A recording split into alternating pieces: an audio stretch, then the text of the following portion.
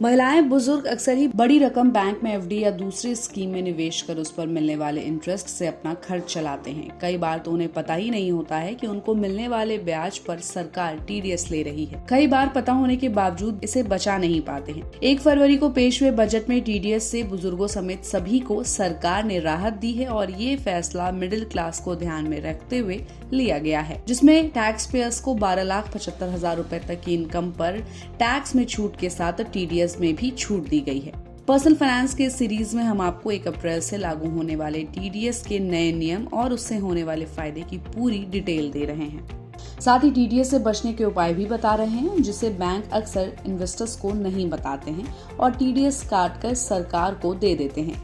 इसमें उन लोगों के भी टीडीएस कट जाते हैं जिनकी इनकम टैक्स के दायरे में नहीं होती है। अनजाने में उन्हें अपनी छोटी सी इनकम पर टैक्स देना पड़ जाता है। TDS tax deducted at source एक टैक्स कलेक्शन करने का सिस्टम है और इसमें टैक्स पेयर्स किसी भी पेमेंट से पहले निर्धारित रेट्स पर टैक्स काटकर सरकार को जमा कर देते हैं। ये टैक्स आमतौर पर सैलरी, किराया, कमीशन, प्रोफेशनल फीस, इंटरेस्ट आदि पर लागू होता है। मान लीजिए कि कोई किराएदार आपको किराया दे रहा है। यदि किराए की रकम पर टीडीएस बनता है तो किराएदार इससे पहले ही काट लेगा, फिर पेमेंट करेगा। काटी हुई रकम को वो सरकार को देगा और 1 फरवरी 2025 को पेश हुए यूनियन बजट में फाइनेंस मिनिस्टर निर्मला सीतारमण ने इस बार मिडिल क्लास का ख्याल रखते हुए टीडीएस में राहत दी है। अब अगर 1 अप्रैल से बदलने वाले टीडीएस के नियमों की बात करें तो बुजुर्गों के लिए बजट के प्रावधान 1 अप्रैल से लागू हो जाएंगे और इसमें बुजुर्गों की इंटरेस्ट से होने वाली इनकम पर 10% टीडीएस का प्रावधान है और इसमें इनकम की लिमिट पहले 50,000 रूपए सालाना थी, जो अब 1 लाख रूपए कर दी गई है।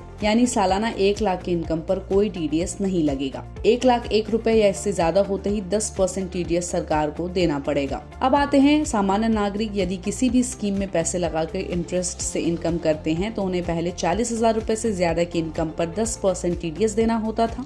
ये टीडीएस बैंक पहले ही काटकर सरकार के खाते में डाल देता था। वहीं अब 1 अप्रैल से इसकी लिमिट बढ़ाकर 50,000 रूपए कर दी गई है। यानी अब 50,000 रूपए से ज्यादा के मंथली इनकम पर ही टीडीएस देना होगा। अब अगर टीडीएस बचाने की बात करें तो ऐसा देखा जाता है कि किसी स्कीम में एक मुश्त राशि लगाकर इंटरेस्ट से इनकम करने वाले की सालाना इनकम टैक्स के दायरे में नहीं है, फिर भी उन्हें टीडीएस का पेमेंट करना पड़ता है। यूं कहें तो बैंक उन्हें बिना बताए टीडीएस काटकर सरकार के खाते में जमा कर देता है। कई बार बैंक में पैन अपडेट नहीं हो तो ये अमाउंट 20% तक काट ली जाती है। ऐसे में सवाल ये है कि इनकम टैक्स के दायरे में नहीं आने के बावजूद क्या टीडीएस का पेमेंट करना होगा? जवाब है नहीं। इसके लिए बैंक को कुछ खास फॉर्म भरकर देना होगा। यदि आपकी पूरी इनकम टैक्सेबल नहीं है तो बैंक को फॉर्म 15G और 15H भरकर जमा करना होगा। यदि टैक्स कट भी गया है तो आईटीआर भरकर टैक्स रिफंड लिया जा सकता है।